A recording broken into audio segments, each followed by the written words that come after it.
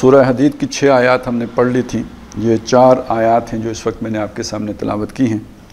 ان کا ترجمہ ہے کہ ایمان لاؤ اللہ پر اور اس کے رسول پر، اور خرچ کرو اس میں سے کہ جس پر اللہ نے آپ کو اختیار عطا کیا ہے.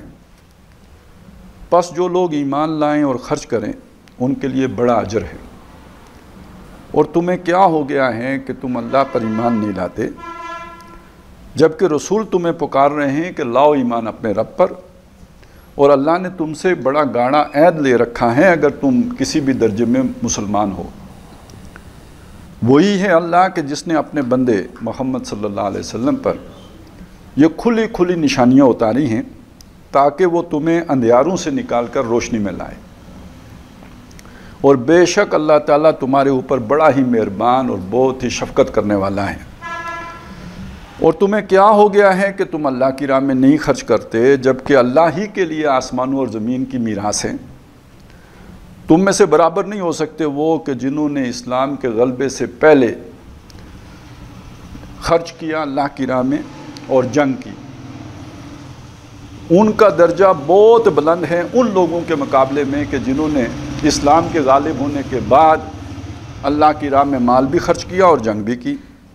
ہاں، اللہ کا وعدہ سب سے اچھا ہے، اور جو کچھ تم کرتے ہو اللہ تعالیٰ اس سے باخبر ہے.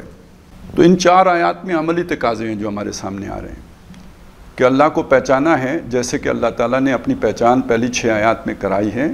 تو اب اس کا کچھ تقاضا ہے جو نبھانا پڑے گا، اور یہ تقاضا اس سے بہت مختلف ہے جو عام طور پر ہم جانتے ہیں. اس لیے کہ ہم نے اللہ کو بھی جو مانا ہے تو اپنے تصور کے مطابق مانا ہے، اس طرح نہیں مانا جیسے قرآن مجید نے سمجھایا ہے، اللہ کا تعارف کرایا ہے. اور پھر یہ کہ اللہ کے ساتھ جو اپنا تعلق بھی استوار کیا ہے تو وہ بھی اپنی مرضی اور اپنی سوچ کے مطابق استوار کیا، اس طرح نہیں استوار کیا جیسے کہ قرآن نے ہمیں بتایا ہے. اگر کوئی بندہ یہ سمجھنا چاہتا ہے کہ اللہ تعالیٰ کی پہچان کیا ہے، اللہ کی معرفت کیا ہے، تو وہ ان 6 آیات میں آئی ہے کہ یہ ہے اللہ، یہ ہیں اس کی صفات، یہ ہے اس کی پہچان. اور اللہ سے میرا تعلق کیا بنتا ہے، مجھے کیا کرنا ہوگا، اللہ کے مجھ سے مطالبے کیا ہیں، تو کوئی لمبی چوڑی تفصیل نہیں ہے. اگر کسی نے سمجھنی ہے تو وہ صرف 2 ہیں جو یہاں پہ بیان ہو گئے، کوئی زیادہ تفصیل نہیں ہے. 2 مطالبے ہیں جو کیے گئے، بس 2 سے آگے کوئی مطالبہ نہیں ہے. لیکن ان 2 میں وہ سارا، جیسے وہ کہتے ہیں نا ہاتھی کے پاؤں میں سب کا پاؤں، ان 2 باتوں میں سارا دین ہے جو آ گیا ہے. لیکن ان 2 باتوں کی واقفیت ضروری ہے. دیکھیں، پہلی بات جو کہی وہ یہ کہی کہ ایمان لاؤ اللہ پر اور اس کے رسول پر. دیکھیے، اب ہمیں یہ خیال آ سکتا ہے کہ ہم تو ہیں ایمان والے، اللہ کا شکر ہے مسلمانوں کے گھر پیدا ہوئے، اللہ کا شکر ہے کہ ہمارے کانوں میں اذان کہی گئی، اقامت کہی گئی، اللہ کا شکر ہے کہ ہماری بسم اللہ ہوئی ہے، اللہ کا شکر ہے ہم نماز پڑھتے ہیں، اللہ کا شکر ہے پیسے ہوتے ہیں تو حج کرتے ہیں. اس کا مطلب یہ ہے کہ ہم ایمان والے ہیں. لیکن یہاں ایمان کے ساتھ جو دوسری چیز کہی گئی ہے وہ یہ کہ وَأَنفِقُوا مِمَّا جَعَلَكُم مُسْتَخْلَفِينَ فِيهِ، خرچ کرو. انفاق کہتے ہیں، اصل میں یہ ہوتا ہے نا نان نفقہ، آپ نے سنا، یہ تو بہت عام لفظ ہے ہمارے ہاں استعمال ہوتے ہیں. نان تو نان جوی جو کھانے کے لیے ہم استعمال کرتے ہیں، روٹی. نفقہ خرچی، وہ جو یعنی کسی کو جیب خرچ جیسے دیتے ہیں وہ نفقہ ہے. اسی سے یہ لفظ بنا انفاق، اور اس کا مطلب ہوتا ہے لگانا، کھپانا. اچھا، اسی سے منافقت کا لفظ بھی بنا ہے، نفاق کا لفظ بھی اسی سے بنا ہے. اس میں کیا ہوتا ہے، نفاق کیا ہے؟ ایک اور لفظ بنا ہے نفق. نفق سرنگ کو کہتے ہیں. وَإِن سورہ انعام میں یہ اس معنی میں استعمال ہوا ہے. وَإِن كَانَ كَبُرَ عَلَيْكَ إِعْرَاضُهُمْ، اے نبی اگر ان لوگوں کا انکار کرنا آپ پر بہت شاق ہے، بہت گراں ہے، آپ چاہتے ہیں کہ ان کو کوئی معجزہ دکھایا جائے، فَإِنِ اسْتَطَعْتَ أَن تَبْتَغِيَ نَفَقًا فِي الْأَرْضِ، اگر آپ کے بس میں ہے کہ آپ زمین کے اندر کوئی سرنگ کھود سکیں. تو اب یہ نفق کیا ہوا، یہ سرنگ ہے. اور جو انفاق کیا ہوا، یہ خرچ کرنا ہے. تو دونوں کا آپس میں تعلق کیا ہے؟ سرنگ اندر سے ہوتی ہے خالی، اور انفاق کا مطلب جیب خالی کرو. اچھا، اسی نفق کا ایک استعمال اور بھی ہے. ہمارے ہاں کہتے ہیں جی فلانے کا دم خرچ ہو گیا، کوئی مر جائے نا، ایک محاورہ ہے ہمارا، کہتے ہیں جی ان کا دم خرچ ہو گیا. بالکل اسی معنی میں یہ نفق کا لفظ عربی میں استعمال ہوتا ہے کہ نفق الفرس گھوڑا کھپ گیا، گھوڑا مر گیا، نفق الفرس یعنی اس کی سانس ختم ہو گئی، اس کے اندر سانس نہیں رہی، جان اندر سے نکل گئی، اندر سے خالی ہو گیا، نفق الفرس۔ اور نفقت الدراہم، درہم مک گئے، جیب خالی ہو گئی، نفقت الدراہم، گھوڑا مر گیا، نفق الفرس۔ اب اس کو اٹھا کے یہاں پہ رکھیں تو انفاق کا مطلب کیا ہوگا؟ جیسے سرنگ اندر سے خالی ہوتی ہے اس طرح آپ اپنی جیب خالی کر لو۔ جیب بھی تو سرنگ کی مانندی ہے نا، اس کا اوپر سے ایک سوراخ ہے اور باقی سب کچھ اندر ہے۔ تو جیسے وہ سانس خرچ ہو گیا، جیسے گھوڑا خرچ ہو گیا، جیسے درہم خرچ ہو گیا، درہم خرچ کر دینا، یہ انفاق ہے۔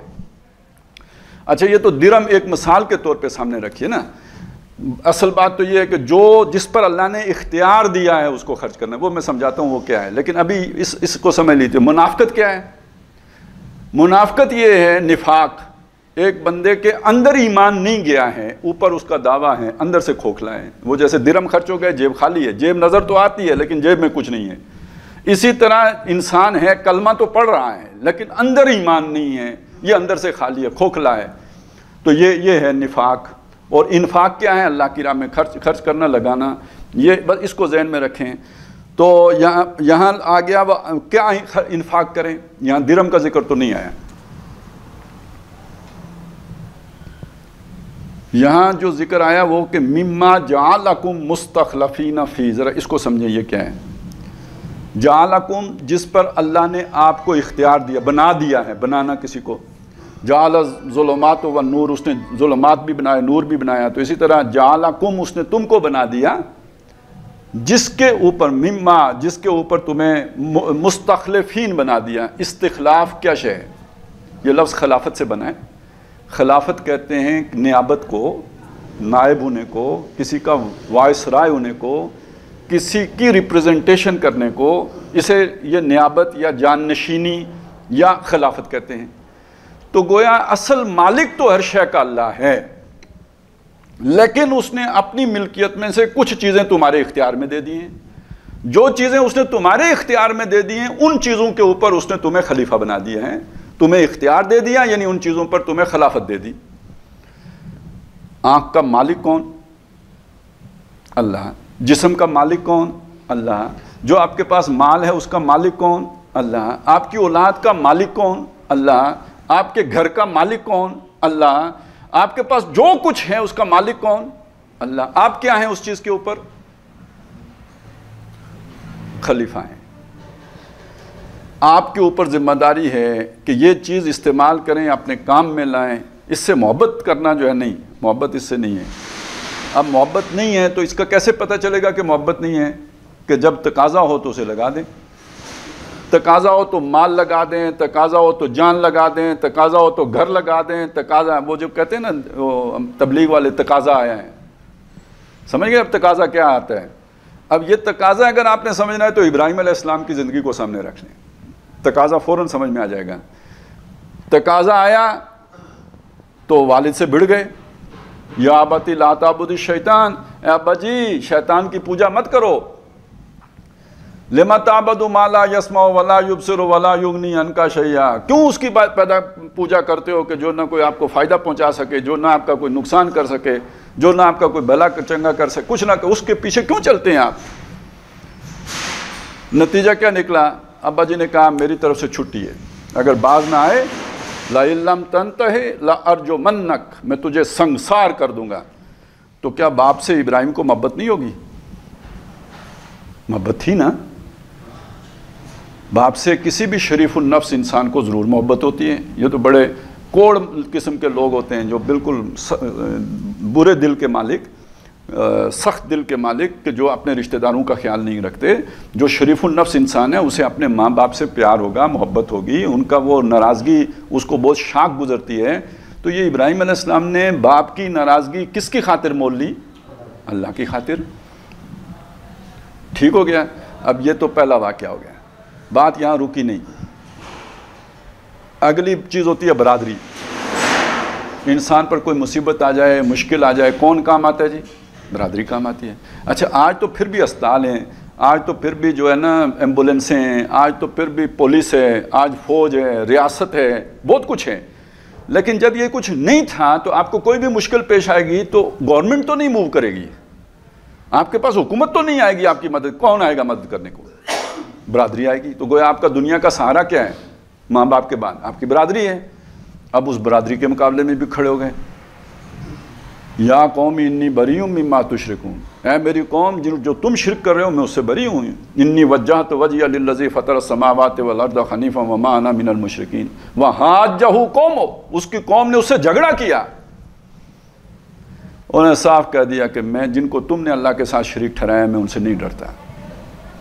لا اخاف ما تشرکون بہ شیئا الا ان یشاء ربی شیئا، سوائے اس کے کہ میرا رب ہی میرے بارے میں کوئی فیصلہ کر لے، مجھے ان کی کوئی پرواہ نہیں۔ اس کا مطلب قوم سے بھی گئے، اپنے دوستوں سے بھی گئے، اپنے رشتہ داروں سے بھی، سب ایک ہی وار میں چھٹی۔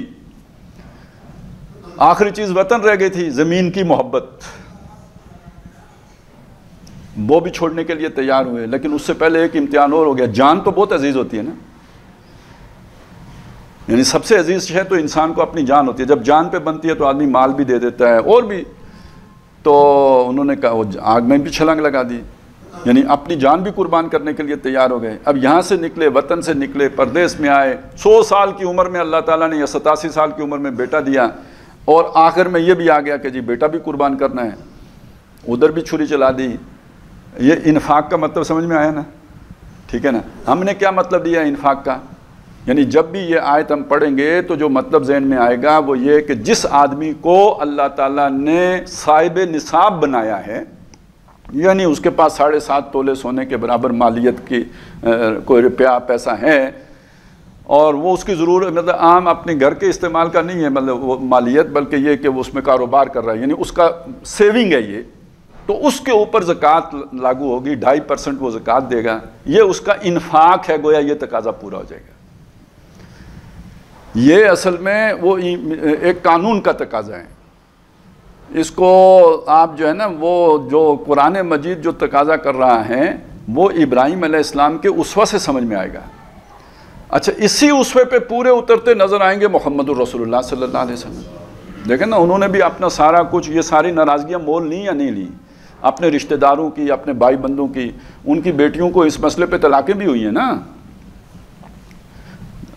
طے شدہ رشتے ٹوٹ گئے، پرواہ نہیں کی، اللہ کی راہ میں سب کچھ گوارا کیا، گھر چھوڑا نا، وطن چھوڑا نا، وہ خانہ کعبہ، اس سے جو ہے رخصت ہو کے مدینے میں آ کے قیام کر لیا، اور پھر جب لوگوں نے ایک ایک پتھر باندھا ہوا تھا پیٹ کے اوپر تو خود 2 باندھے ہوئے تھے نا، یہ ہے انفاق۔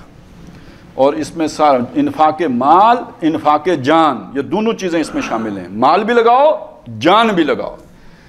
اور یہ اصل میں نتیجہ کس بات کا ہوگا؟ یہ نتیجہ ہوگا کہ اللہ سے اگر محبت ہے تو یہ کام کر سکتے ہیں، محبت اگر نہیں ہے تو کام یہ ہو ہی نہیں سکتا۔ سیدھی سیدھی بات ہے، اگر اللہ سے محبت نہ ہو تو یہ کام نہیں ہو سکتا۔ اس کام کے لیے ضروری ہے کہ انسان سب سے بڑھ کر اللہ سے محبت کرتا ہو، یہ بھی ایمان کا تقاضا ہے۔ دیکھیں سورہ بقرہ میں صاف بات آ گئی، والذین آمنوا اشد حبا للہ، جو اللہ پر ایمان رکھتے ہیں وہ سب سے زیادہ شدید محبت بھی اللہ سے کرتے ہیں۔ اب دیکھیے ایک ایمان کا قانونی تقاضا ہے، وہ کیا ہے؟ آپ نے کلمہ پڑھا، آپ نے نماز، روزہ، حج، زکوٰۃ، یہ ارکان اسلام پورے کر دیے، آپ مومن ہیں، یہ قانونی تقاضا ہے۔ ایک ایمان کا تقاضا حقیقی ایمان کا تقاضا ہے، وہ کیا ہے؟ سب سے شدید محبت اللہ سے ہو جائے۔ آپ نے نماز پڑھی، اس میں آپ نے تکبیر اولیٰ کہی، قیام کیا، رکوع کیا، سجدے کیے، سارے جو تعدیل ارکان جسے ہم کہتے ہیں اس کی ضروریات آپ نے پوری کر دی، آپ کی نماز ہو گئی۔ لیکن یہ کہ اللہ کے ہاں نماز کے لیے تو یہ بھی شرط ہے نا کہ آپ اللہ کی طرف متوجہ ہوں، آپ شوق سے پڑھیں، آپ کا دل اللہ کی طرف لگا ہوا ہو۔ کہتے ہیں نا کوئی عبادت خلوص کے بغیر قابل قبول نہیں ہے۔ یہ خلوص کو کیسے ناپیں گے بھائی خلوص کا کوئی طریقہ ہے؟ رکعتیں تو ناپ لیں گے، سجدے میں کی ہوئی تسبیحیں تو ناپ لیں گے، تول لیں گے، گن لیں گے، لیکن خلوص کو کیسے ناپیں گے؟ اس کا کیسے پتہ چلے گا؟ تو خلوص اصل میں اسی کو کہتے ہیں نا، آدمی اللہ کے لیے خالص ہو جائے، یہ خلوص ہے نا۔ اور خالص ہونے کا مطلب یہ ہے کہ اپنی ہر شے اللہ کے لیے قربان کرنے کے لیے تیار ہو جائے۔ تو جی مطالبہ اصل میں دیکھیں تو ایک ہی ہے، کیا؟ اللہ کو مانو۔ ماننے کا نتیجہ یہ ہے کہ اللہ پر سب کچھ لٹا دو، لگا دو، کھپا دو، اللہ کے لیے سب کچھ قربان کرنے کے لیے تیار ہو جاؤ۔ یہ پہلا ایگریمنٹ ہے، ایمان کا مطلب یہ ہے۔ یہ اگر کسی کو سمجھ نہیں آیا تو اس نے تو ایمان لایا ہی نہیں، پھر وہ والا ایمان جو آخرت میں کام آئے گا۔ یہ تو باقی تو ساری چیزیں اپنی جگہ پہ ہیں ان کی، یہ تو اصل میں تو یہ سارے جو چیزیں تھیں نا، مثلا نماز ہے، روزہ ہے، یہ کیوں تھا؟ یہ اس لیے تھا کہ وہ والا ایمان پیدا ہو جائے، یہ محنت اس لیے تھی تاکہ وہ والا خلوص پیدا ہو جائے۔ یہ خود مطلوب نہیں ہے، یہ ذرائع ہیں، یہ وسائل ہیں۔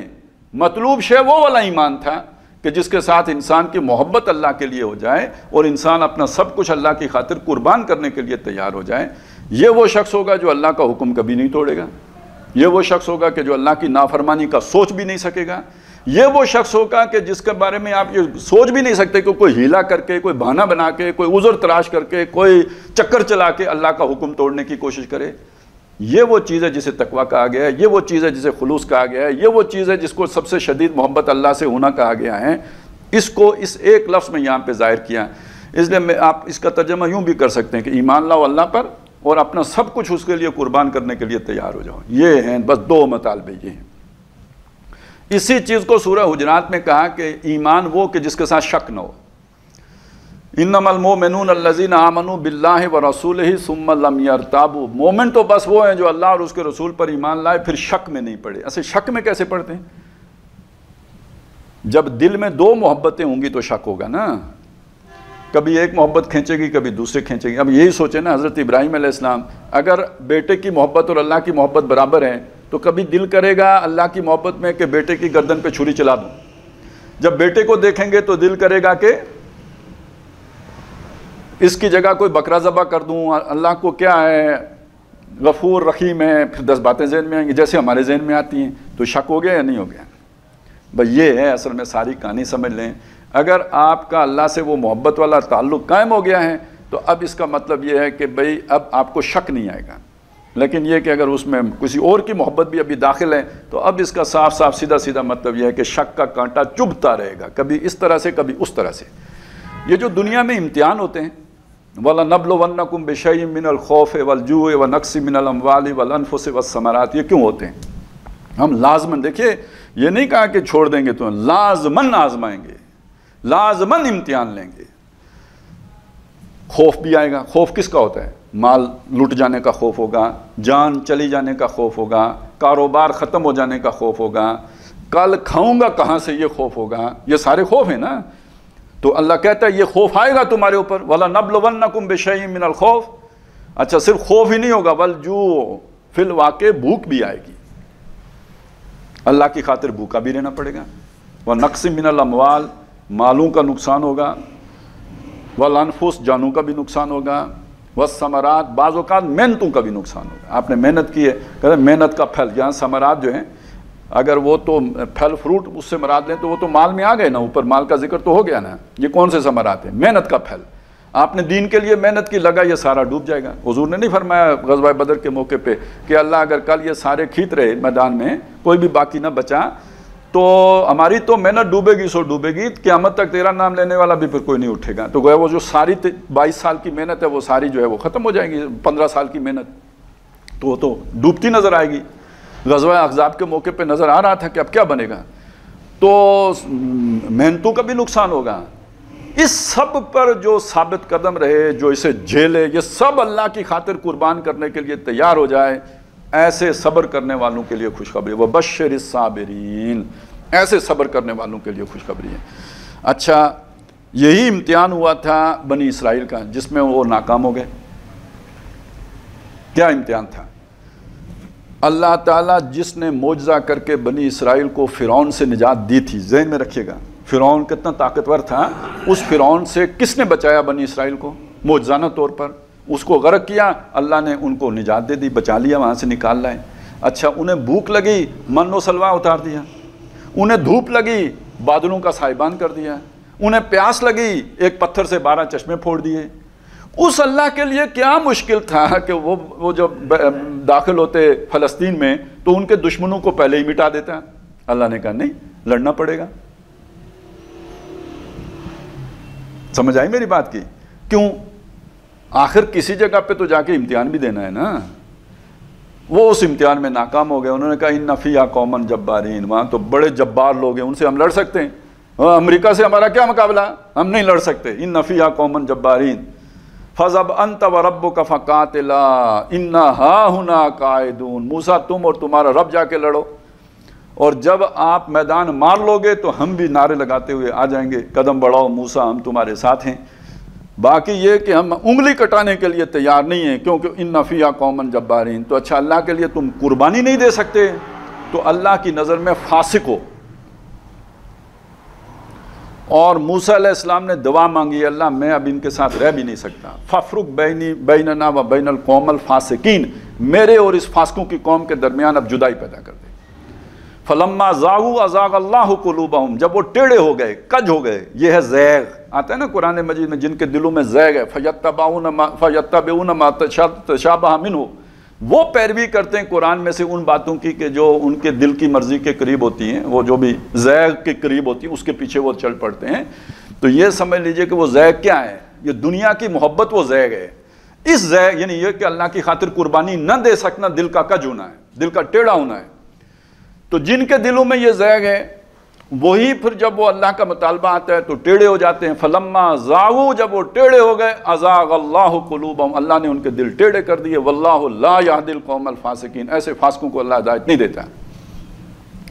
اس بات کو پھر کھولا اور مزید، قُلْ إِنْ كَانَ آبَاؤُكُمْ وَأَبْنَاؤُكُمْ وَإِخْوَانُكُمْ وَأَزْوَاجُكُمْ وَعَشِيرَتُكُمْ وَأَمْوَالٌ اقْتَرَفْتُمُوهَا وَتِجَارَةٌ تَخْشَوْنَ كَسَادَهَا وَمَسَاكِنُ تَرْضَوْنَهَا أَحَبَّ إِلَيْكُمْ مِنَ اللَّهِ وَرَسُولِهِ وَجِهَادٍ فِي سَبِيلِهِ فَتَرَبَّصُوا حَتَّىٰ يَأْتِيَ اللَّهُ بِأَمْرِهِ وَاللَّهُ لَا يَهْدِي الْقَوْمَ الْفَاسِقِينَ. اے نبی ان کو صاف بتا دیجئے، اگر تمہیں تمہارے آبا، اب یعنی باپ، دادے، چاچے، مامے، سارے آبا میں آ گئے، ابنا، بیٹے، بانجے، بتیجے، یہ سارے جو نیچے ہوتے ہیں وہ سارے آ گئے، اخوان، بھائی بند، ازواج، بیویاں، بیویوں کے لیے ان کے شوہر دونوں، یہ زوج جو ہوتے ہیں نا سپاؤس کے معنی دیتے ہیں. ازواجکم وعشیرتکم، وہ جو تمہارے عشیرہ برادری، وہ برادری کا ذکر بھی آ گیا.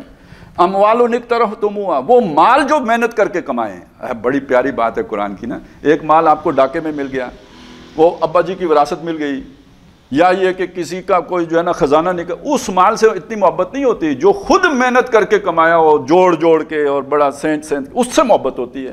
تو وہ مال جو تم نے محنت کر کے کمائے ہیں. وَتِجَارَةٌ تَخْشَوْنَ كَسَادَهَا، وہ کاروبار جس کی کساد بازاری کا تمہیں دھڑکا لگا رہتا ہے. وَمَسَاكِنُ تَرْضَوْنَهَا، وہ گھر جو تمہیں پسند آتے ہیں، جن میں جا کے سکون حاصل کرتے ہو، اپنا گھر، ایسٹ اور west, home is the best, وہ جو ہوم از دا بیسٹ ہے. یہ چیزیں اگر تمہیں اللہ سے زیادہ محبوب ہیں، زیادہ پیاری ہیں، زیادہ تمہارے دل میں کھبی ہوئی ہیں، اے نبی ان سے کہیے جاؤ انتظار کرو موت کا. باقی تمہارے بارے میں آج ہی فیصلہ ہو گیا ہے کہ اللہ تعالیٰ ایسے فاسقوں کو ہدایت نہیں دیتا. یہ کج ہو گئے، یہ ٹیڑھے ہو گئے، ایسے لوگوں کو اللہ ہدایت نہیں دیتا. اسی چیز کو قرآن مجید نے کئی انداز سے سمجھایا ہے، مطلب کوئی ایک جگہ نہیں ہے جس طرح سمجھایا ہو. تو آزمائش آنے کا مطلب کیا ہوتا ہے؟ ایک آدمی اوپر سے دیندار بنا ہوا ہے، اس کی داڑھی کا سائز بھی ٹھیک ہے، اس کی نمازیں پڑھنے کے طریقے بھی ٹھیک ہیں، اس کی وہ جو ظاہری محنت ہے اس میں کوئی کمی نہیں ہے، اندر اس کے دنیا بستی ہے. یہی محبتیں، یہ 8 محبتیں رچی بسی ہوئی ہیں، یہ دل کی دنیا میں یہ ہے، یہ کجی ہے اس کے اندر. اب ہوتا یہ ہے کہ دنیا تو اسے دیندار سمجھ رہی ہوتی ہے، اندر یہ رجس ہے، یہ خناس ہے، یہ زیغ ہے. تو اللہ تعالیٰ آزمائش بھیج کر اسے کھول دیتا ہے. خود اس پر اگر اس کا عقل کام کرتی ہو تو اسے کھل جائے گی جب وہ قربانی نہیں دے سکتا. اور جو دوسرے اہل ایمان ہیں ان پر بھی کھل جائے گا کہ یہ تو پھر یو ٹرن لے لے گا نا. جب جان پہ بنے گی تو یو ٹرن، جب مال پہ بنی تو یو ٹرن، جب اولاد پہ بنی تو یو ٹرن. یہ کام مجھ سے نہیں ہو سکتا اس لیے کہ ابا جی ناراض ہو جاتے ہیں، یہ کام مجھ سے نہیں ہو سکتا اس لیے کہ بیوی ناراض ہو جاتی ہے، یہ کام میں نہیں کر سکتا اس لیے کہ جو ہے نا برادری ناراض ہو جاتی ہے، یہ کام میں نہیں کر سکتا اس لیے کہ پھر تو کاروبار ہی نہیں چلے گا. تو جب بندہ یہ کر لیا اس نے تو گویا ثابت ہو گیا کہ یہ کم از کم اللہ کے راستے پہ چلنے والا بندہ نہیں ہے. یہ اس کی نمازیں، روزے، داڑیاں، یہ سب دکھاوے کی چیزیں ہیں. اس کے دل میں اللہ نہیں بستا ہے، اس کے دل میں زیغ ہے، اس کے دل میں کجی ہے، اس کے دل میں ٹیڑھ ہے. اور یہ وہ شے ہے جس کو اچھی طرح سمجھ لیجئے. ایک دفعہ حاصل ہونے کے بعد یہ نہیں کہ آدمی دنیا میں پھر دوبارہ اس بیماری میں نہیں مبتلا ہو سکتا. ایک وقت دل کی کیفیت یہ ہو گئی کہ اللہ کے لیے خالص ہو گیا، لیکن کیا پتہ یہ دنیا کی محبت تو بڑی اس کے اندر کشش ہے. ایک بندہ ایک وقت میں خالص ہو کے بھی تو کچھ دنوں کے بعد پھر دنیا کی محبت کی طرف وہ متوجہ ہو سکتا ہے. اس لیے پھر یہ لوگ دعا کرتے رہتے ہیں ربنا لا تزغ قلوبنا بعد اذ ہدیتنا. اصل ہدایت یہ ہے اے ہمارے رب ہمارے دلوں کو دوبارہ کج نہ کر دیجیے بعد اس کے کہ تو نے ہمیں ہدایت دے دی ہے. یہ ہدایت مل گئی گویا اللہ نے آپ کی انگلی پکڑ لی, اب آپ کو صراط مستقیم پر چلائے گا. وَيَزِيدُ اللَّهُ الَّذِينَ اهْتَدَوْا هُدًى. جن لوگوں کو اللہ نے یہ ہدایت دے دی ان کی ہدایت میں اللہ اضافہ کرتا رہے گا, درجہ بدرجہ آگے چلائے گا اور مزید قربانیوں کے رستے ان کے لیے آسان کرتا رہے گا. اور یہ کہ جن کے دلوں میں یہاں پہ کجی ہوگی, ٹیڑھ ہوگا, ان کو اللہ تعالیٰ پھر جو ہے وہ اس فلما زاغوا ازاغ اللہ, ان کے دلوں کو پھر دنیا کی محبت ہی میں غلطاں پیچاں کر دے گا, دنیا کے دروازے ان پر کھول دے گا.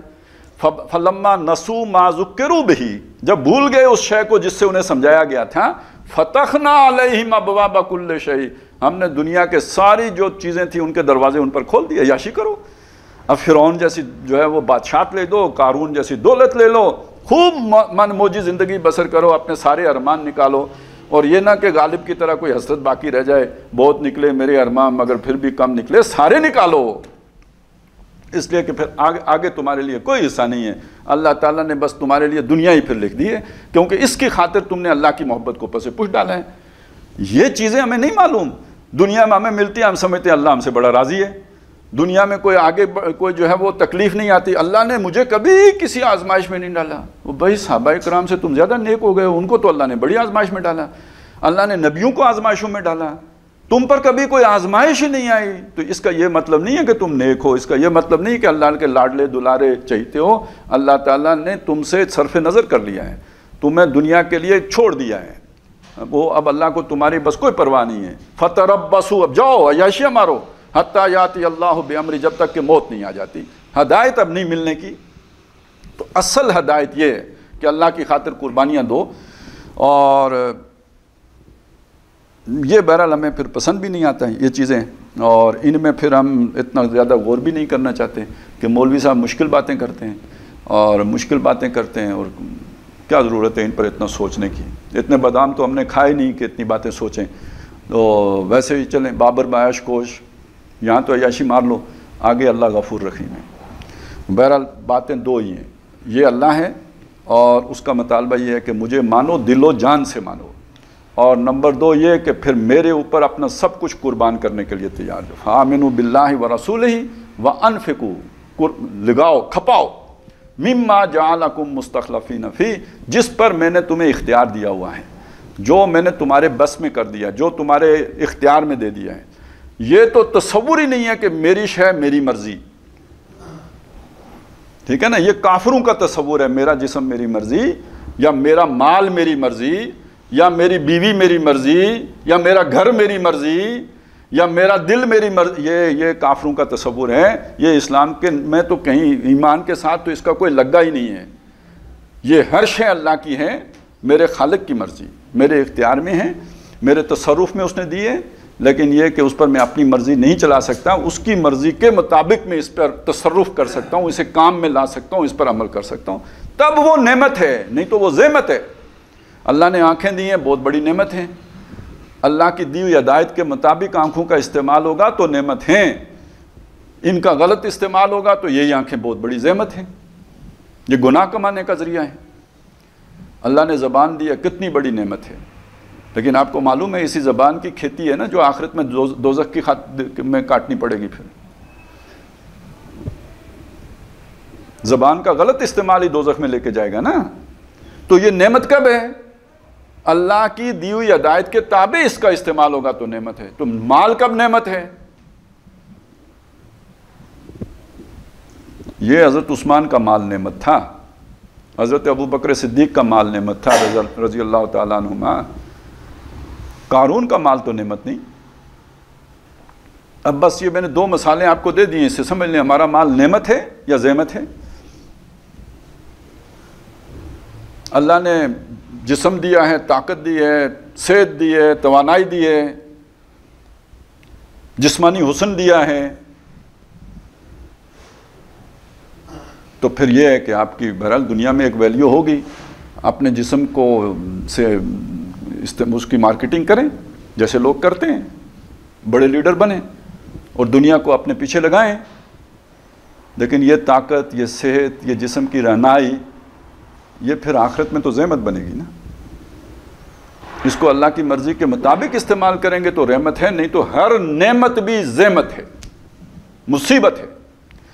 تو انفقوا مما جعلکم مستخلفین فی فالذین آمنوا منکم وانفقوا لہم اجر کبیر، جو تم میں سے ایمان لائیں اور انفاق کریں، قربان کرنے کے لیے تیار رہیں اپنا سب کچھ اللہ کی راہ میں، لہم اجر کبیر، ان کے لیے بڑا اجر ہے۔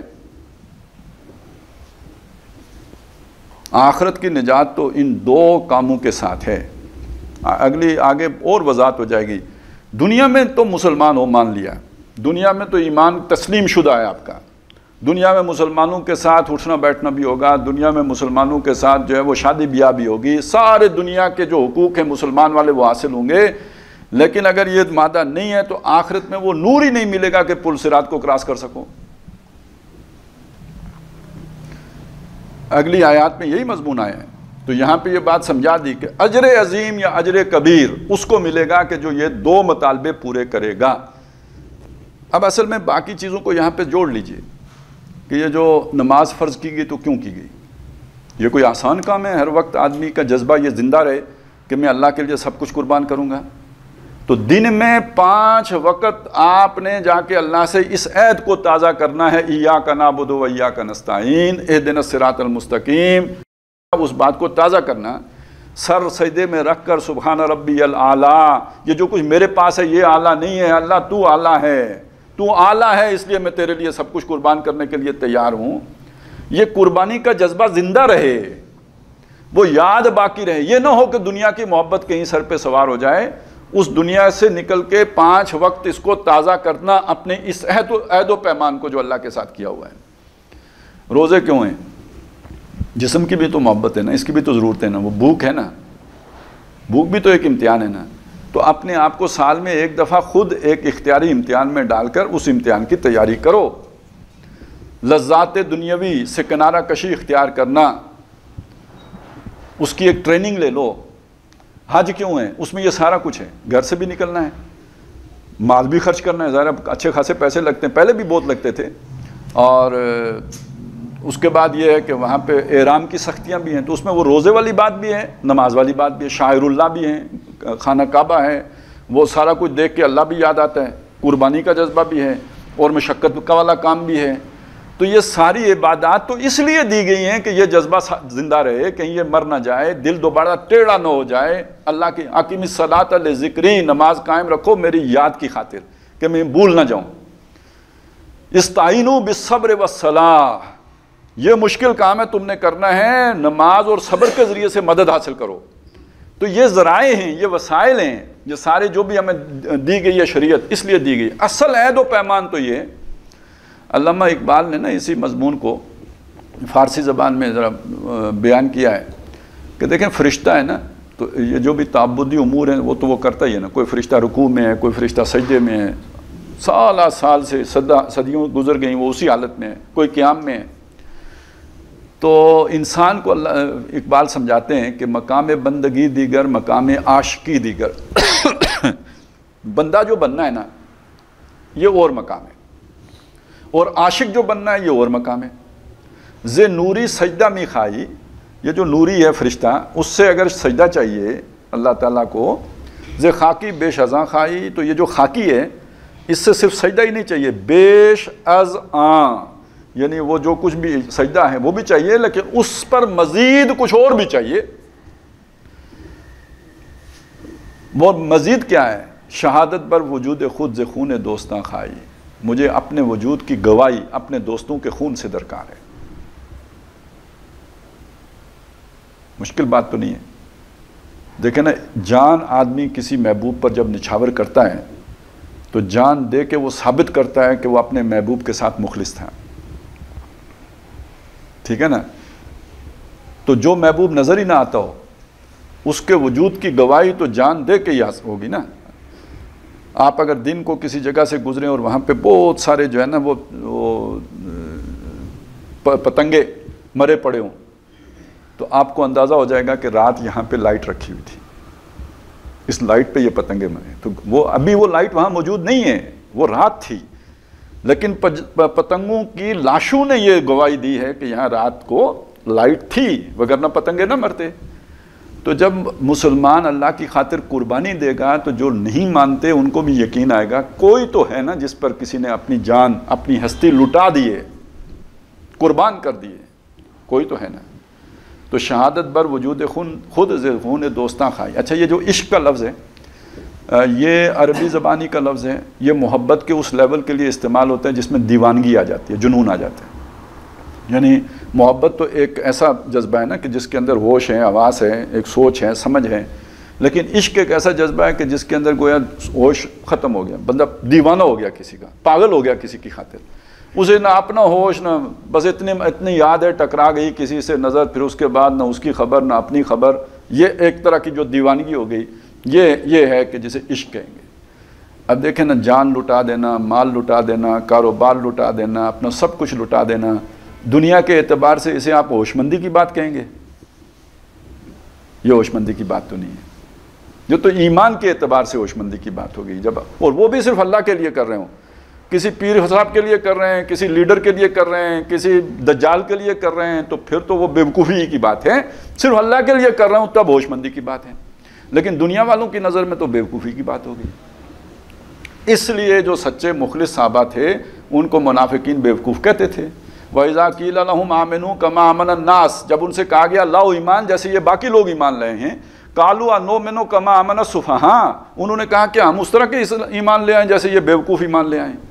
میں نے اپنے دل پر ہر بندہ ہاتھ رکھ کر یہ بات سوچے کہ کیا آج اگر کوئی اس طرح کا رویہ اختیار کرے تو ہم بھی اسے بیوقوف نہیں سمجھتے؟ تو پھر بس اپنے نقطۂ نظر کو خود سمجھ لیجئے، کسی اور سے فتویٰ پوچھنے کی کیا ضرورت ہے؟ حقیقت آشکارا ہوگی آنکھ بند ہونے کے بعد، کیونکہ اس کیفیت کے اوپر فتویٰ نہیں دیا جا سکتا.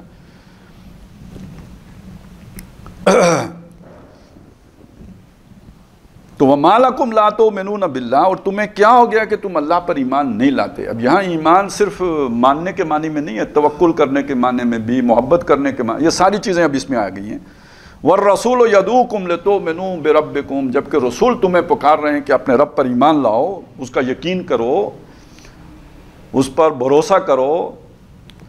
وَقَدْ أَخَذَ مِيثَاقَكُمْ إِن كُنتُم مُؤْمِنِينَ، اور اللہ تعالیٰ نے تم سے میثاق لیا. میثاق کہتے ہیں، ویسے تو یہ لفظ استعمال ہوتا ہے باندھنے کے لیے، کسی شے کو آپ جب باندھ دیتے ہیں نا، یہ میثاق ہے. تو عہد بھی باندھنا ہی ہوتا ہے نا، جب دو آدمیوں کا آپس میں کوئی معاہدہ ہو گیا تو گویا بندھ گئے، کسی معاہدے میں بندھ گئے. تو میثاق اس معاہدے کو کہتے ہیں جو بڑا مضبوط معاہدہ ہو.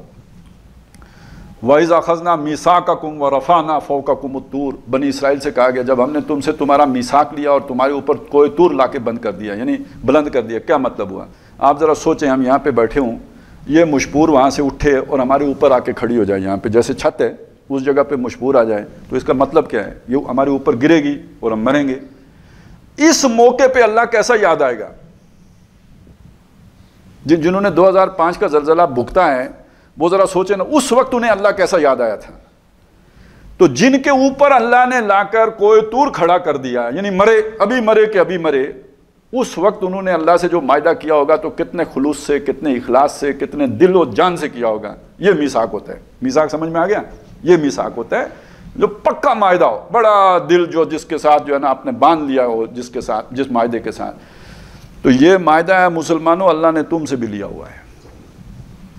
جب تم نے کہا نا اشہد ان لا الہ الا اللہ واشہد ان محمدن عبدہ ورسولہ، اس معاہدے میں بندھے ہوئے ہو. میثاق ہے یہ. ان کنتم مومنین، اگر ایمان کی کوئی بھی رمق تم میں ہے. اس کا مطلب یہ جو ساری بات ہو رہی تھی یہ کس سے ہو رہی تھی؟ مسلمانوں سے ہو رہی ہے. یہ مشرکین سے بات نہیں ہو رہی ہے. یہ بات جو ہے وہ ان سے نہیں ہو رہی ہے، یہود سے یا نصارہ سے. جو محمد رسول اللہ کے ماننے والے ہیں ان سے یہ بات ہو رہی ہے کہ اللہ کا اصل تقاضا تو یہ ہے، یہ صرف ماننے کی حد تک نہیں ہے بلکہ سب کچھ لٹانے کی بھی ضرورت ہے. تو وَمَا لَكُمْ لَا تُؤْمِنُونَ بِاللَّهِ، کیا ہو گیا کہ تم اللہ کو اس طرح نہیں مانتے جس طرح ماننے کا حق ہے، جس میں پھر سب کچھ قربان بھی کرنے کے لیے انسان تیار ہو جائے۔ والرسول یدعوکم، جبکہ رسول تمہیں پکار رہے ہیں، وہ دعوت دے رہے ہیں، آؤ نکلو اللہ کی راہ میں، مال لگاؤ، کھپاؤ، اپنا سب کچھ لٹاؤ۔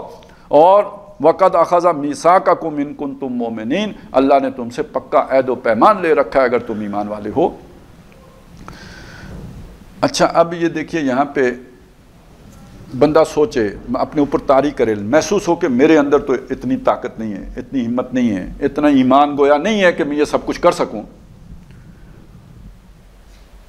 تو جس شے میں کمی ہے وہ کیا ہے؟ یہ قربانی کی راہ میں کمی کیوں ہے؟ یقین کمزور ہے نا، اس لیے ہے نا، سیدھی سیدھی بات ہے نا۔ اب یقین کیسے پیدا ہوگا؟ سب سے بڑا سوال تو اب یہ ہو گیا کہ بھائی یہ دولت کہاں سے ملے گی؟ کون سی کان جا کے کھودوں گا جس کے اندر سے یقین نکل کے حاصل ہو جائے گا؟ کہاں سے جا کے چھلانگ لگاؤں کہ مجھے یقین حاصل ہو جائے؟ اور یہ محنت لوگ کرتے ہیں۔ دیکھیں نا، آج ایمان کی محنت کے نام پر ایک بہت بڑی حرکت ہے، وہاں بھی لوگوں کو بہرحال بہت بڑا فرق پڑتا ہے۔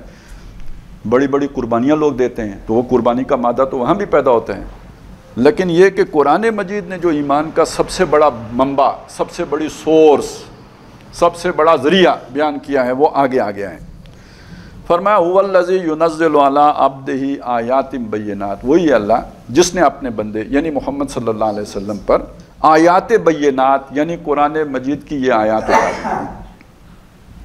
بینہ کہتے ہیں اس چیز کو جس کے لیے کوئی اور دلیل دینے کی ضرورت نہ ہو، وہ خود اپنے اوپر گواہ ہو۔ جیسے سورج ہے، اب جب سورج نکلتا ہے تو اسے ثابت کرنے کی ضرورت تو نہیں ہے نا، وہ اپنے وجود پر خود گواہ ہے، سب کو پتہ لگ جائے گا کہ سورج نہیں، اس کی دھوپ، اس کی تمازت، اس کی موجودگی کی گواہی دے دے گی۔ اسی لیے کہتے ہیں ازر من الشمس، کوئی شے سورج کی طرح واضح ہو، ظاہر ہو، تو اسی سے اس کو یہ بینہ ہے۔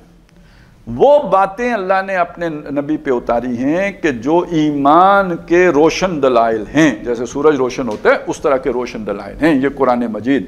تو هو الذی ينزل علی عبدہ آیات بینات لیخرجکم من الظلمات الی النور، تاکہ وہ تمہیں اندھیاروں سے نکال کر روشنی میں لائے۔ روشنی کیا ہے؟ وہ تو سمجھ آ گیا نا، ایمان۔ روشنی کیا ہے؟ ایمان۔ تو اندھیارے کیا ہیں؟ بے ایمانی کی جتنی صورتیں ہیں وہ اندھیارے ہیں۔ شرک ہے، کفر ہے، مادہ پرستی ہے، دنیا کی محبت ہے، بلکہ شرک اور یہ سارا کچھ بھی، کفر بھی دنیا کی محبت ہی کا نتیجہ ہوتا ہے۔ یہ جتنے بھی بت ہوتے ہیں نا جن کو پوجا جاتا ہے، کیوں پوجا جاتے ہیں؟ کوئی بارش کا بت ہوتا ہے، کوئی اولاد کا دینے والا ہوتا ہے، کوئی مال و دولت میں اضافہ کرنے والی دیوی ہوتی ہے، ٹھیک ہے نا؟ جتنے بھی بت ہوتے ہیں وہ سب دنیا کے لیے بنائے گئے ہوتے ہیں، ان سے دنیا مل رہی ہوتی ہے۔ اچھا، یہ تو عوام کے لیے ہوتے ہیں نا، عوام الناس ان کی یہ اس لیے کر رہے ہوتے ہیں۔ وہ جو ان کے پاس وہ بڑے بڑے پیٹوں والے مجاور بیٹھے ہوتے ہیں، وہ مشتنڈے، وہ کیوں بیٹھے ہوتے ہیں وہاں؟ انہیں نہیں پتہ یہ کیا ہے، انہیں تو سب سے بڑا پتہ ہوتا ہے کہ یہ کیا ہے، تو وہ کیوں بیٹھے ہوتے ہیں؟ یہ جو آپ جا کے وہاں چڑھاوے چڑھاتے ہیں تو وہ کس کے پیٹ میں جاتے ہیں؟ بت تو نہیں کھاتا کچھ، وہ سارے ان کے پیٹ اسی لیے اتنے بڑے بڑے ہوتے ہیں نا، وہ بھی سارا دنیا کا نظام ہے۔ اچھا، یہ تو خیر آگے مزدور بیٹھے ہوتے ہیں، یہ مچھندر جو وہاں پہ ہوتے ہیں، پیچھے جو بڑے بڑے لینڈ کروزر والے ہوتے ہیں وہ تو وہاں بیٹھنے کو بھی گوارا نہیں کرتے، وہ جن کا ٹھیکہ ہے اصل، جو سارے چندے سمیٹ کے لے جاتے ہیں، جو سارے بکرے بیچ کے کھاتے ہیں، وہ تو پیچھے ہوتے ہیں۔ تو ان کا بھی سارا کاروبار ہے یہ۔ ہم کو تو میسر نہیں مٹی کا دیا بھی، گھر پیر کا بجلی کے چراغوں سے ہے روشن۔ شہری و دیہاتی و مسلمان سادہ، مانند بتاں پوجتے ہیں کعبے کے برہمن۔ نذرانہ نہیں سود ہے پیران حرم کا، ہر خرقہ سالوس کے اندر ہے مہاجن۔ یہ اوپر چوگا پہنا ہوا ہے، بظاہر لگتا ہے بڑے نیک و پارسا ہیں، یہ ریاکاری کا چوگا ہے، اور اس کے اندر ایک بنیا بیٹھا ہوا ہے۔ میراث میں آئی ہے انہیں مسند ارشاد، زاغوں کے تصرف میں عقابوں کے نشے مند۔ جہاں کبھی بیٹھا کرتے تھے عقاب، آج وہاں پہ بیٹھے ہوئے ہیں کوے۔ تو اس سارے کے پیچھے بھی جو دھندا ہے وہ کس چیز کا دھندا ہے؟ دنیا کا دھندا ہے۔ اسی لیے یہ بات کہی نا کہ وَمِنَ النَّاسِ مَن يَتَّخِذُ مِن دُونِ اللَّهِ أَندَادًا، لوگوں میں وہ بھی ہیں جنہوں نے اللہ کے ضد، ند، مد مقابل محبوب تراش لیے ہیں، یحبونہم کا حب اللہ، ان سے محبت کرتے ہیں، کرواتے ہیں جیسے اللہ سے محبت کرنی چاہیے۔ لیکن یہ تعلق دنیا کا تعلق ہے۔ وَلَوْ يَرَى الَّذِينَ ظَلَمُوا إِذْ يَرَوْنَ الْعَذَابَ أَنَّ الْقُوَّةَ لِلَّهِ جَمِيعًا، جب یہ ظالم لوگ دیکھیں گے نا قیامت کو تو وہ اس دن انہیں لگ پتہ جائے گا طاقت تو ساری کی ساری اللہ کے پاس ہے اس دن۔ اور پھر اگلی بات کیا ہوگی؟ اِذْ تَبَرَّأَ الَّذِينَ اتَّبَعُوا مِنَ الَّذِينَ اتَّبَعُوا، یہ جن کی آج یہ پیروی کر رہے ہیں، جو لیڈر ہے بڑا، وہ ان سے اعلان لا تعلق ہی کر دے گا، جو پیروکار ہیں ان سے، اپنے فالوورز سے اعلان برات کر دے گا، اور یہ خواہش کریں گے کہ کاش ایک موقع ہمیں مل جائے، فَنَتَبَرَّأَ مِنْهُمْ كَمَا تَبَرَّأُوا مِنَّا، کہ ہم بھی ان سے تبرہ کر دیں جیسے انہوں نے ہم سے تبرہ کر لیا ہے۔ تو یہ ثابت ہو گیا نا، یہ سارا تعلق کون سا تعلق ہے؟ دنیا کا تعلق ہے۔ یہ دنیا ہی کی محبت کے آف شوٹس ہیں، برانچز ہیں، جو اس طرح ظاہر ہوتی ہیں۔ اسی پر آج جو اب ہمارا دور ہے نا، اس میں وہ والی بت پرستی ختم ہو گئی، نئے بت بن گئے۔ اب کاروبار ایک بت ہے، اللہ پر جو توکل ہونا چاہیے وہ توکل کاروبار پر ہے۔ اب کیریئر ایک بت ہے، جو توکل اللہ پہ ہونا چاہیے وہ کیریئر پر ہے۔ نوکری ایک بت ہے کہ رزق یہاں سے کھائیں گے، نوکری چلی گئی تو کھائیں گے کہاں سے؟ یہ سب بت بن گئے نا، نئے بت ہیں۔ اور انہی بتوں میں سے ایک بت وطن بھی ہے۔ اس دور میں میں اور ہے، جام اور ہے، جم اور ساقی نے بنا کی ہے روش لطف و ستم، اور تہذیب کے آذر نے ترشوائے صنم، اور مسلم نے بھی تعمیر کیا اپنا حرم، اور ان تازہ خداؤں میں بڑا سب سے وطن ہے، جو پیرہن اس کا ہے وہ مذہب کا کفن ہے۔ تو وطن پر جان قربان کرو۔ آپ لوگوں کو سمجھ نہیں آتی یار شہید کیسا ہوتا ہے، تو یہ کیا شہادت ہے؟ بھائی سکھ بھی شہید، جاپانی بھی شہید، ہندو بھی شہید، مسلمان بھی شہید، یہ کون سی شہادت ہے؟ ایک نیا خدا ہے، اس خدا کے اوپر جان قربان کرنے کو شہادت کہا جاتا ہے نا۔ یہ آپ کو جس خدا کو سمجھ رہے ہیں یہ وہ بات نہیں ہے۔ لیکن یہ سارا دھندا بھی کس کے لیے ہوتا ہے؟ عوام کے لیے وطن کی محبت ہوتی ہے۔ اور جو عوام کو ملک کو لوٹ رہے ہوتے ہیں، کھسوٹ رہے ہوتے ہیں، نوچ رہے ہوتے ہیں، بمبوڑ رہے ہوتے ہیں، وہی مچھندر بڑے، انہیں وطن سے کیا محبت ہوتی ہے؟ ان کا خزانہ تو سوئٹزرلینڈ میں ہوتا ہے۔ اگر ان کو ملک سے محبت ہو، وطن سے محبت ہو، تو وہ اپنے پیسے جا کے پاناما میں رکھیں۔ تو یہ سارا جیسے میں نے بتایا نا، وہ مچھندر، وہ جو پیر صاحب کے ادھر بیٹھا ہوا ہے، اس کو پیر صاحب سے کوئی محبت نہیں ہے، لوگوں کو بتائے گا ان سے محبت کرو۔ کیوں؟ پیر کی محبت میں لوگ پیسے نکالیں گے، کھائے گا مچھندر۔ بس یہی انتظام ذرا بڑا بنا کے لیں کہ جو لوگوں کو نچوڑنا، عوام کو قربانی دو، مرو، وطن کی خاطر جو ہے جان قربان کرو، تاکہ ہم عیاشیاں کریں، ہماری اولادیں جا کے باہر پڑھیں۔ تو یہ صرف پیر ہی نہیں ہے، ہم کو تو میسر نہیں مٹی کا دیا بھی گھر پیر کا بجلی کے چراغوں سے روشن، کچھ اور بھی ہیں۔ تو یہ سارا دھندا جو شرک کا بنایا جاتا ہے، یہ اس لیے بنایا جاتا ہے تاکہ وہ جو دنیا بنائی جائے۔ تو جسے آخرت مطلوب ہے تو اس کے لیے یہ قربانیاں دینا مشکل نہیں ہوگا، اور جسے دنیا مطلوب ہے، جو دنیا کا طالب ہے، اس کے دل میں کجی ہے، اس کے دل میں زیغ ہے، اس کے دل میں رجس ہے۔ کذالک یجعل اللہ الرجس علی الذین لا یؤمنون، جو لوگ ایمان نہیں لاتے، اس طرح اللہ تعالیٰ ان کے دلوں پر گندگی ڈال دیتا ہے۔ تو اس سے یہ اندھیارے ہیں سارے، ان اندھیاروں سے ہر قسم کا اندھیارہ، خواہ وہ وطن کی محبت کا اندھیارہ ہو، خواہ وہ کسی بت کی محبت کا اندھیارہ ہو، خواہ وہ کسی شخصیت پرستی کا اندھیارہ ہو، مال کی محبت کا اندھیارہ ہو، اولاد کی محبت کا اندھیارہ ہو، کاروبار کی محبت کا اندھیارہ ہو، یہ سب اندھیرے ہیں۔ ان اندھیروں سے نکال کر ایمان کی روشنی میں لے کے آنے والی چیز قرآن مجید کی، اس کی آیات هو الذی ينزل علی عبدہ آیات بینات لیخرجکم من الظلمات الی النور وَإِنَّ اللَّهَ بِكُمْ لَرَؤُوفٌ الرَّحِيمٌ، اور بے شک اللہ تعالیٰ تم سب کے لیے بہت ہی رافت والا، رحمت والا ہے۔ رافت اور رحمت یہ دونوں الفاظ ایک ہی معنی دیتے ہیں، شفقت، مہربانی، عنایت، یہ مفہوم اس کے اندر ہے، لیکن ظاہر ہے تھوڑا سا ایک باریک سا فرق بھی ہے۔ اس باریک فرق کو بڑی آسانی سے ہم سمجھ لیں گے نا۔ ایک ہوتی ہے جسے ہم کہتے ہیں انسانی ہمدردی، اور دوسرا ہوتا ہے اس ہمدردی میں کوئی کام کرنا. یہ دو یعنی علیحدہ علیحدہ چیزیں. ابھی ہمارے سامنے اللہ نہ کرے کوئی ایکسیڈنٹ ہو، تو جو ہی وہ ایکسیڈنٹ ہوتے ہیں ہم دیکھیں گے نا، کسی کو لگی ہے چوٹ، کوئی گرا ہے، کوئی کسی شے سے ٹکرایا ہے، آپ کی ایک آواز اوہ کی آواز نکلے گی، آپ کو ایک جھٹکا لگے گا. یہ رافت ہے. پھر جو آپ دوڑ کے جائیں گے، جا کے اسے اٹھائیں گے، اس کی مدد کریں گے، اسے ہاسپٹل لے کے جائیں گے، یہ رحمت ہے. تو یعنی رافت ایک ایسے جذبے کا نام ہے کہ وہ جو ایک شعر میں بات بیان ہوئی ہے نا کہ سارے جہاں کا درد ہمارے جگر میں ہے، خنجر چلے کسی پہ تڑپتے ہیں ہم امیر، سارے جہاں کا درد ہمارے جگر میں ہے. تو یہ دوسرے کے غم پر تڑپنا، دوسرے کے غم کو اپنا غم محسوس کرنا، دوسرے کے درد کو اپنا درد محسوس کرنا، دوسرے کے دکھ کو اپنا دکھ محسوس کرنا، یہ رافت ہے. اور یہ ہے کہ رحمت پھر اس کا مداوع کرنا، اس کی جو ہے تگ و دو کرنا، اس کو اس مصیبت سے نکالنے کی کوشش کرنا، یہ رحمت کا مظہر ہے. اب تم ایک شکنجے میں پھنس گئے، دنیا کی محبت یہ ہم نے ہی تمہیں دی ہے، کیونکہ اس کے بغیر دنیا کا نظام نہیں چل سکتا تھا، تو ہم نے ہی یہ سارا تمہارے اندر پیدا کی نا. زُيِّنَ لِلنَّاسِ حُبُّ الشَّهَوَاتِ من النساء والبنین والقناطیر المقنطرۃ من الذهب والفضة والخیل المسومۃ والانعام والحرث. یہ دنیا کی ساری محبتیں انسان کے دلوں میں کھبا دی گئی تاکہ محنت کرے، بھاگ دوڑ کرے، ان کے حصول کی کوشش کرے. لیکن یہ کہ اسی کو پھر امتحان بنا دیا گیا، اور یہ جو ہے نا اس سے نکالنے کا ذریعہ آپ کو اس سے زیادہ طاقتور لائٹ ہوگی تو اس اندھیرے سے نکالے گی، وہ قرآن مجید ہے جو ہم نے اپنے بندے محمد رسول اللہ صلی اللہ علیہ وسلم پہ اتارا ہے. اب آپ ایک بات اور سمجھ لیجئے کہ دنیا ہمیشہ اسی طرح انسان کے لیے محبوب رہی ہے، یہ کوئی نئی بات نہیں ہے. آدم علیہ السلام کے دور میں بھی وہ آبیل اور قابیل کی لڑائی کس بات پہ ہوئی تھی؟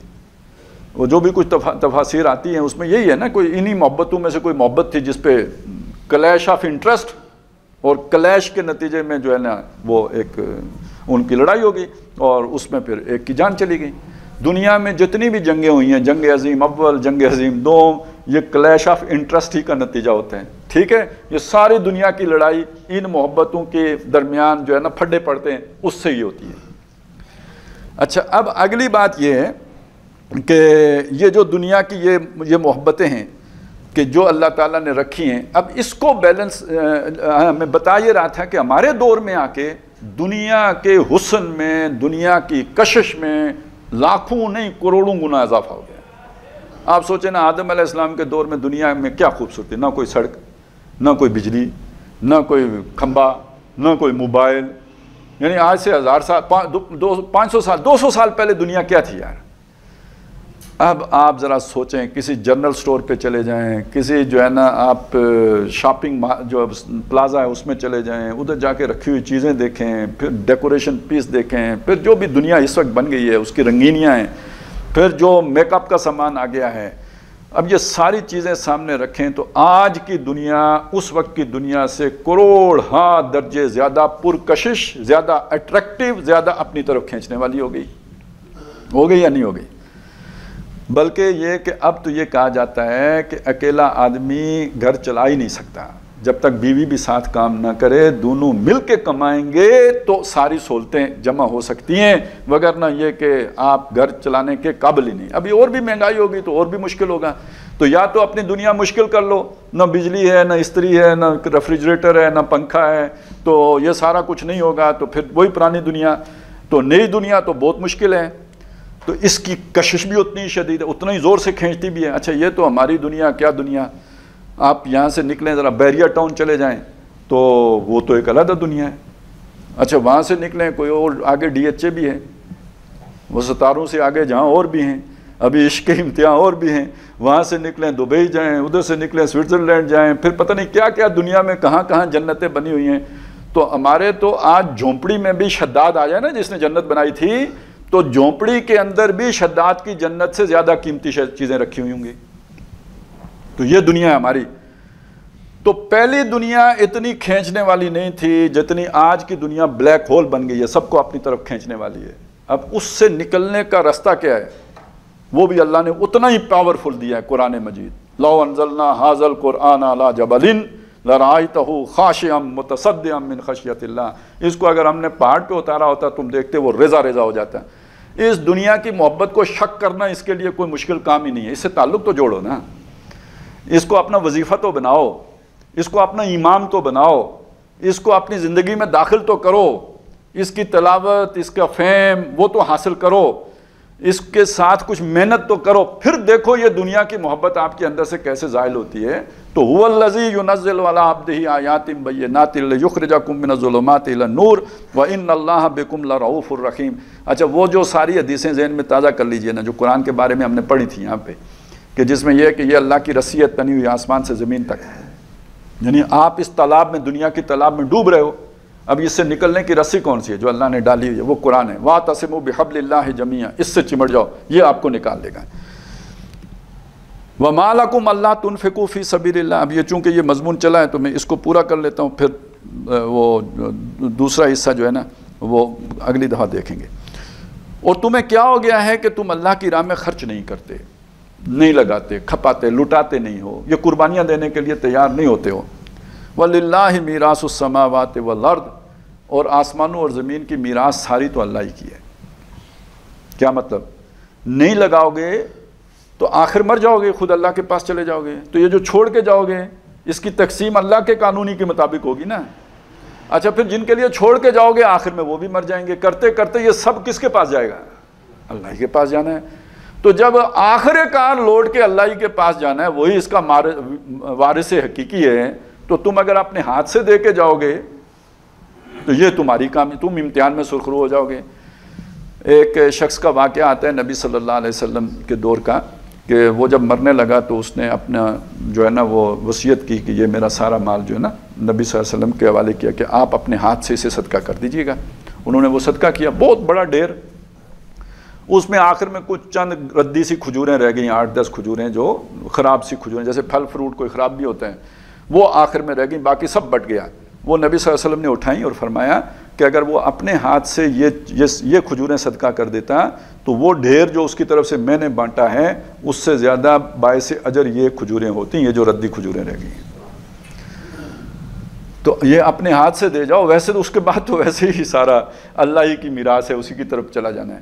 حضرت مسیح علیہ السلام نے بڑی پیاری بات فرمائی ہے، انہوں نے فرمایا کہ لوگوں اپنا مال زمین پر سٹاک نہ کرو، جمع نہ کرو، یہاں پہ کیڑا بھی لگ جاتا ہے، یہاں پہ ڈاکہ بھی پڑ جاتا ہے۔ اب ہمارے دور میں یوں کہہ لیجئے کہ کوئی جو ہے نا آپ کو وہ ڈبل شاہ بھی ٹکر جاتا ہے، ٹھیک ہے نا، اور بھی بڑی بڑی بدماشیاں ہو جاتی ہیں ہمارے، تو خیر کیا کہنے، ہو سکتا ہے کسی دن کرنسی بدل جائے ساری کی ساری، تو یہاں تو بڑا نقصان ہونے کا خطرہ ہے۔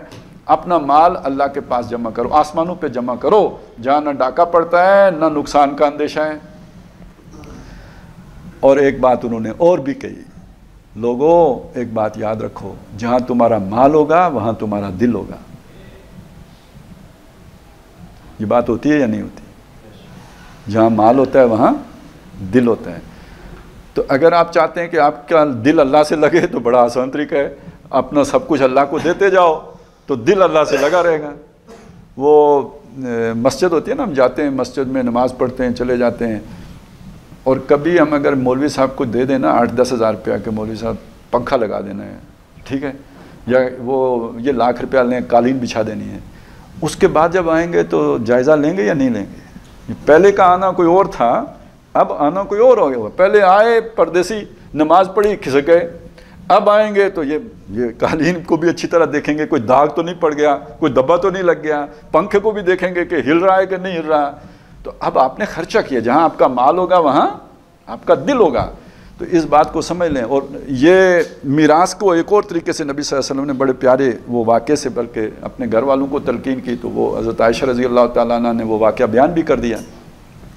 وہ ہماری تعلیم کا ذریعہ بھی بن گیا کہ ایک دفعہ آپ کے گھر میں ایک بکری ذبح کی گئی اور نبی صلی اللہ علیہ وسلم اس کے بعد تشریف لے گئے۔ شام کو واپس آئے تو گھر والوں سے پوچھا کہ وہ جو بکری ذبح کی تھی، ما بقی منہا، اس میں سے کیا کچھ باقی بچا، یعنی اپنے کھانے کو کچھ بچا یا نہیں بچا؟ تو حضرت عائشہ نے فرمایا کہ ما بقی منہا الا قطفھا، بکری میں سے کچھ بھی نہیں بچا، یعنی ساری بانٹ دی ہے۔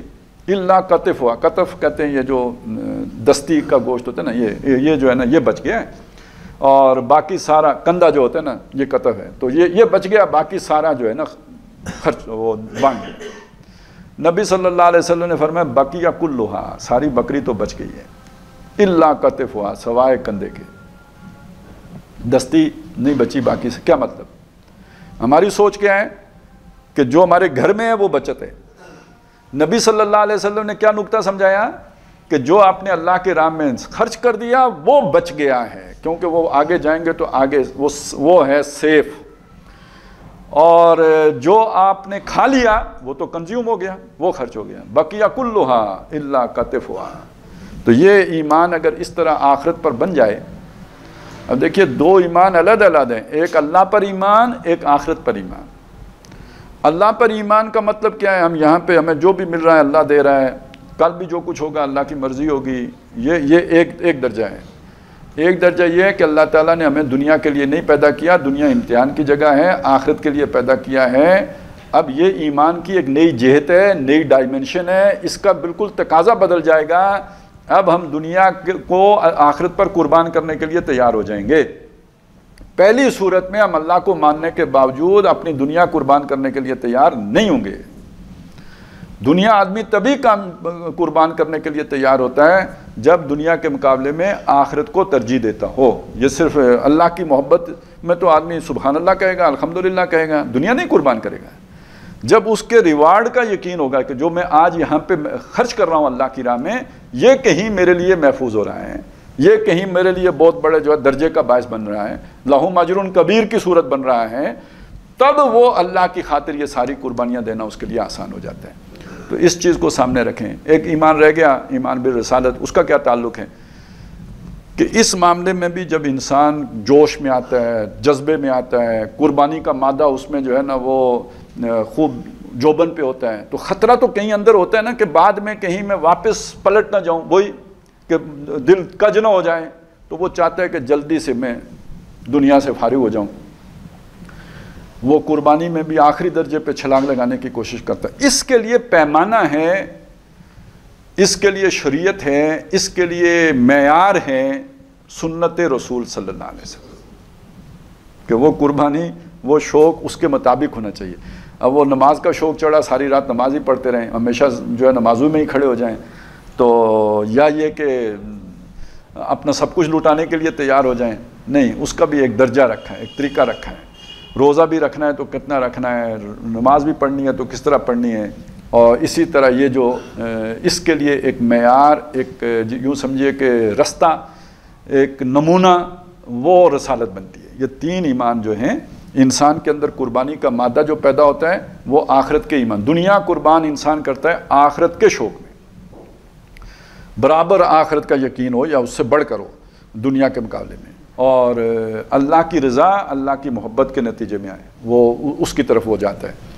اور اس کے لیے جو ایک پیمانہ ہے، ایک درست رستہ ہے، صحیح طریقہ ہے، یہ اس کے لیے اس کو سمجھ میں آتا ہے اللہ کے نبی صلی اللہ علیہ وسلم کے طریقے سے۔